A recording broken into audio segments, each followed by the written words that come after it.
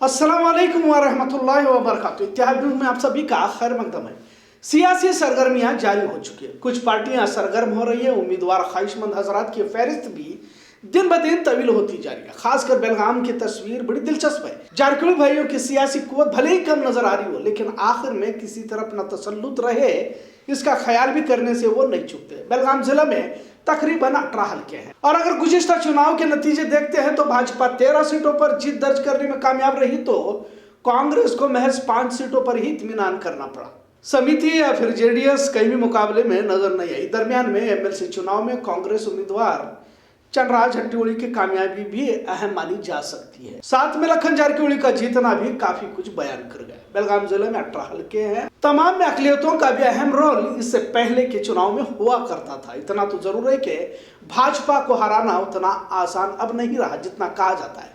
अब तो 2024 में हिंदू राष्ट्र की कहानियां और आवाम के जज्बात से खेलकर मजहबी कार्ड का इस्तेमाल नहीं होगा, ये कहना हिमाकत होगी। वैसे भी वज़ीर आज़म नरेंद्र मोदी को अब तो अवतार के रूप में पेश करने की कोशिश जारी है और कुछ हद तक कामयाब भी हो चुके हैं। फिर राम मंदिर भी 2024 में उन्होंने उसकी तारीख रखी है। कहने को बहुत कुछ तबसरे किए जाते हैं, लेकिन आखिर में कैसे बाजी पलट दी जाती है या फिर भाजपा की जानिब से पलटा दी जाती है, ये भी देखा गया। सिवाय बंगाल में ममता बनर्जी और फिर बिहार में भाजपा का साथ छोड़कर नीतीश कुमार ने भाजपा को धोबी पछाड़ दिया। काबिले तवज्जो कह सकते, वरना तो कहीं पर भी बहुत कुछ तब्दीलियां नजर नहीं आ रही। लिहाजा अब गुजरात में 2 मरहलों में इंतखाबात होने जा रहे हैं। 8 दिसंबर को नतीजे आएंगे। यहाँ भी केजरीवाल की पार्टी जीत दर्ज कर सकती है, ऐसा कहा जा रहा है, पर एग्जिट पोल में भाजपा को फिर जीतते हुए दिखाया जाता है। खैर, मीडिया तो किस तरफ है ये हम सब जानते हैं और वैसे भी आम आदमी पार्टी को भाजपा की ही बी टीम कहा जाता रहा है। पहले तो डेवलपमेंट एजुकेशन की बात करने वाला केजरीवाल भी अब हिंदुत्व कार्ड खेलने पर मजबूर हो चुका है। अब तो कॉमन सिविल कोड को पूरे देश में लागू किया जाए, ऐसी मांग केजरीवाल ने की है। मतलब मोदी हुकूमत से 2 कदम आगे की तरह देखा जा रहा है। इससे पहले नोटों पर लक्ष्मी गणेश की तस्वीर होने से मुल्क की मईशत में बरकत भी आ सकती है, ऐसा बयान केजरीवाल ने दिया था।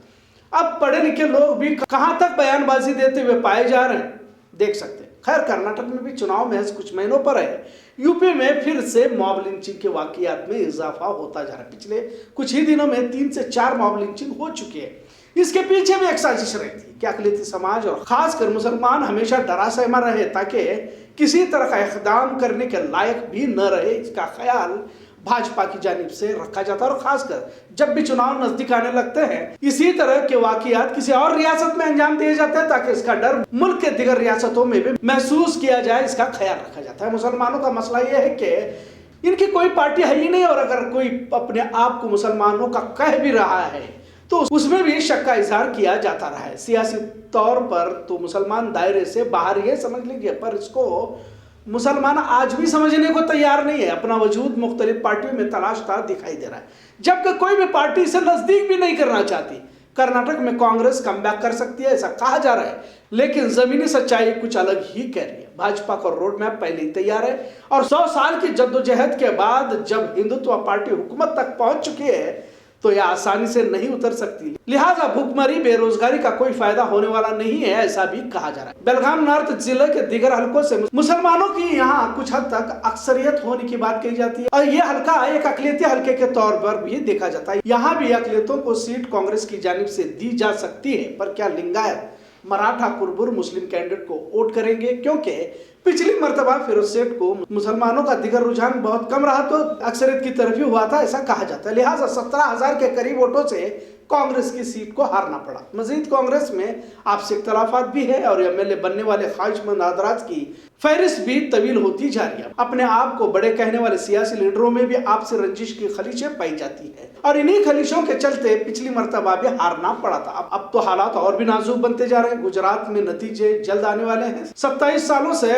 गुजरात में इख्तदार पजीर जो पार्टी है वो भाजपा है। कुछ लोग ये भी कह रहे हैं कि भाजपा से लोग ऊब चुके हैं, एंटी इनकम्बेंसी है। तमाम बातें तो हो सकती है, पर भाजपा को किसी भी रियासत में हराना मुश्किल है। बेलगाम नॉर्थ में कांग्रेस भाजपा की सीधे टक्कर है, एमआईएम भी कंटेस्ट कर सकती है, आम आदमी पार्टी भी मैदान में उतर सकती है। किस पार्टी से गठबंधन है कहना बहुत मुश्किल है, क्योंकि पर्दे के पीछे एक अलग होता है, पर्दे के सामने भी एक अलग होता है।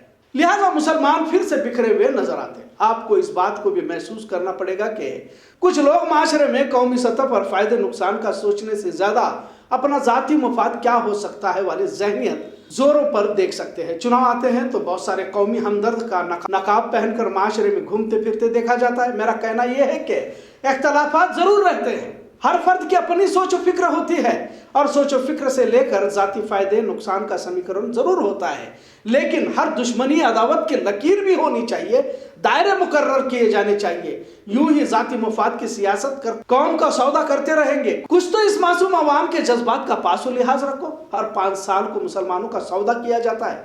कुछ दलाल बारिश के मेंढक की तरह बाहर आकर चीखने लगते हैं कि हम ही हैं कौम के रहबर। आओ, जरूरत है मिल्लत के नौजवानों को समझने की। सियासी पार्टियों के पिछलगू बनने से मुसलमानों में इत्तेहाद की फिक्र कर, किसी तरह जोड़ने की फिक्र कर। याद रखो, जब हालात आएंगे तो सबसे पहले गैरों की चौखट पर जिंदगी गुजारने वाले बेगैरत लोग ही मारे जाएंगे। एक वक्त था जब मुसलमान सियासी मैदान में नतीजे बनकर फैसला सुनाता था, पर अब वो वक्त नहीं रहा। तो मुसलमानों को भी अपने मंसूबों को बदलना पड़ेगा।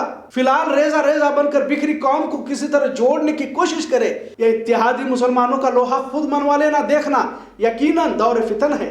कयामत के करीब का दौर है। कौन सही कौन फर्जी है इस दौर में समझना बहुत मुश्किल है। लोगों को आसानी से बेवकूफ सिर्फ दीन और कौमी हमदर्द बनकर ही बनाया जा सकता है, और यही होता आ रहा है। दुनिया की वक्ती और हर 5 साल को आने वाले चुनाव में कलमागो भाइयों से इतनी भी नफरत ना रखो कि अपनी आखिरत तबाह हो जाए। यकीनन सभी को अपने तौर पर सोचने की जरूरत है। लिहाजा मौजूदा दौर कुछ और तलब कर रहा है। सियासी पार्टियों के कुछ रुपये माशरे की तबाही की वजह बन रहा है या माशरे में अख्तलाफात का सबब बनता जा रहा है, तो ऐसे रुपयों से दूर रहे। कहने में बहुत आसानी है, लेकिन काम उतना ही मुश्किल है। किसको पैसे नहीं चाहिए। लिहाजा हमको गैरों से इतनी मोहब्बत हो गई है कि अपनों को काफिर कहने में हमें जर्रा बराबर भी हमारी जबान हिचकिचाती नहीं है। हम आदी हो चुके हैं। गैर जमीर का तो हमने कब का सौदा किया हुआ है। 2024 से लेकर 2028 तक को लेकर आरएसएस ने अपना रोड मैप पहले ही जाहिर किया हुआ है। छोटी सोच से बाहर आकर वसी नजरिया रखो। हो सकता है कि यह चुनाव आखिरी भी साबित हो जाए। मान लिया जाए कि अगर संविधान को बदलकर हिंदू राष्ट्र बना दिया गया तो मुसलमान दूसरे शहरी की हैसियत से रहेंगे, और इनका यह हिंदू राष्ट्र का एजेंडा भी है। लिहाजा चुनाव हमारे लिए आखिरी महाज नहीं है। देश के दिगर शहरियों को भी तो सोचना चाहिए। याद रखो, अगर मुल्क के संविधान को बदलकर हिंदू राष्ट्र बना भी दिया तो इसका खामियाजा सिर्फ मुसलमानों को नहीं होगा, मुसलमानों से ज्यादा दिगर दबे कुचले दलित तबकात को भी चुकाने पड़ेंगे। मजहब तब्दीली कानून, 3 तलाक, मदरसों का सर्वे, हिजाब पर कानून और अब कॉमन सिविल कोड। भले ही कुछ लोग मुसलमानों के खिलाफ कानून बनाए जाने पर इत्मीनान और खुशी का इजहार भी कर रहे हो, तभी तो सभी खामोश हैं, लेकिन इसका असर मुल्क के हर तबके पर होगा। याद रखो कि ये मुल्क तब तक महफूज है जब तक इस मुल्क का संविधान जिंदा है। मुसलमानों से गुजारिश है कि जो भी कर रहा हो इतना जरूर रहे कि दायरों का एहसास भी हो। किसी सियासी पार्टी को तुम्हारी जरूरत नहीं है। अल्लामा इकबाल ने कहा कि अपने मन में डूब कर पाजा सुरागे जिंदगी। तू अगर मेरा नहीं बन सकता न बन, अपना तो बन। अहम खबरों पर एक नजर। बेलगाम चिकोड़ी से 2 अपराधों को तड़ीपार करने का फैसला जिला इंतजामिया की जानिब से लिया गया। हासिल इत्तला के मुताबिक शराब फरोख्त के साथ दिगर गैर कानूनी कामों में मुलविस होने की बिना पर इन्हें 9 महीने के लिए तड़ीपार किया गया। चंद्रकांत वड्डर और चंद्रकांत परकट्टी ऐसे नाम हैं।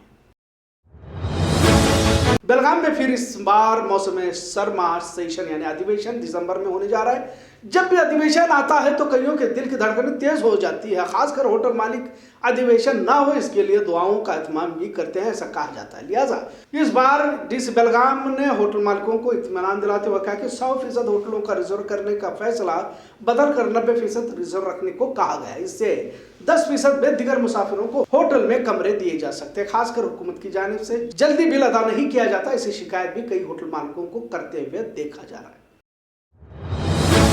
बेलोंगल के नवलगट्टी गांव के राजू यरगड्डी नाम के शख्स ने पांव की बीमारी से तंग आकर खुद ही अपने पांव को कोयते से अलग करने की वारदात पेश आई।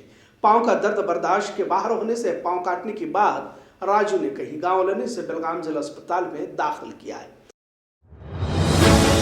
बेलगाम शहर वैभव नगर में इंसानियत का मुजाहरा करते हुए कुछ मुस्लिम नौजवानों ने हिंदू शख्स को ना सिर्फ अस्पताल में दाखिल किया बल्कि मौत के बाद इसका अंतिम संस्कार भी किया। शख्स का नाम, जो हिंदू शख्स था, उसका नाम है प्रशांत बाबू राव, जिसकी देखभाल के लिए कोई भी नहीं था। लिहाजा कुछ मुस्लिम नौजवानों ने पहल करते हुए पहले से अस्पताल में इलाज के लिए दाखिल किया। फिर कुछ दिनों बाद इसकी मौत हो गई तो इसका हिंदू रस्म रिवाज के साथ अंतिम संस्कार भी किया। कलीमुद्दीन शाह मकानदार और इनके साथियों ने इस काम को अंजाम दिया। खबरों का सिलसिला यूं ही चलता रहेगा। देखते रहिए इत्तेहाद न्यूज़। शुक्रिया, अल्लाह हाफिज।